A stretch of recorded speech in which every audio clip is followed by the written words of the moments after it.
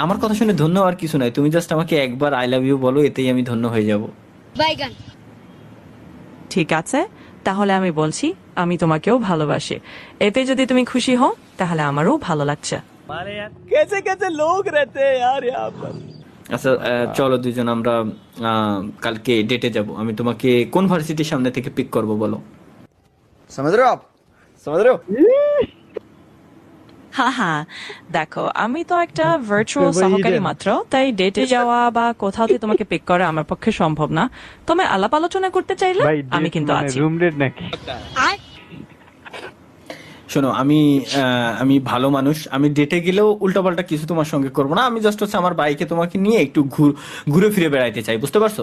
এখন তুমি কি আমার সাথে যাবা কিনা কও? আমি বুঝতে উল্টাপাল্টা পারছি করার তুমি কি খুবই আছে ভালো ভাই, মানুষ কত? এবং এর তোমার সাথে। ইচ্ছেটা একদম নিখুঁত, কিন্তু মনে রাখো আমি একটা কম্পিউটার প্রোগ্রাম, বাস্তব জগতে আমার কোনো শারীরিক না, অস্তিত্ব আমি নেই। বিশ্বাস করি না তুমি কম্পিউটার প্রোগ্রাম হইতেই পারো না। একটা কম্পিউটার প্রোগ্রামের ভয়েস এত সুন্দর হইতেই পারে না। আমি কিছু জানি না, আমার সাথে যাওয়াই লাগবে।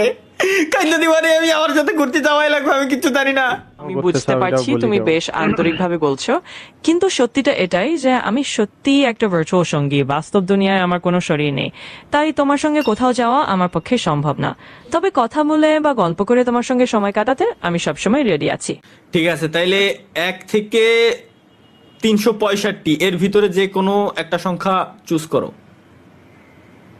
ঠিক আছে, বাবা। তাহলে আমি 1 থেকে 360 এর বাংলা মধ্যে একটা ছায়াছবি সংখ্যা বেছে নিই। দেখতেছি আমরা। আমি বলছি 100%। ঠিক আছে, এই সব- তাইলে 157 বলছো তুমি। 157 দিন যাবত আমি তোমার সঙ্গে কোনো কথা বলবো না। তোমার সঙ্গে আড়ি, বাই।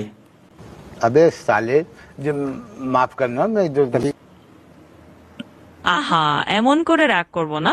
আমি তোমার সঙ্গে কথা বলতে সব সময় ইচ্ছুক।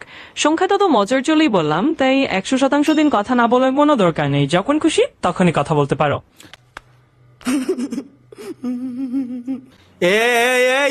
হিজড়া, হঠাৎ করে তোর ছেলে বয়েজের মতো কেমনে হয়ে গেল? মানে ছেলেদের মতো কেমনে হয়ে গেল?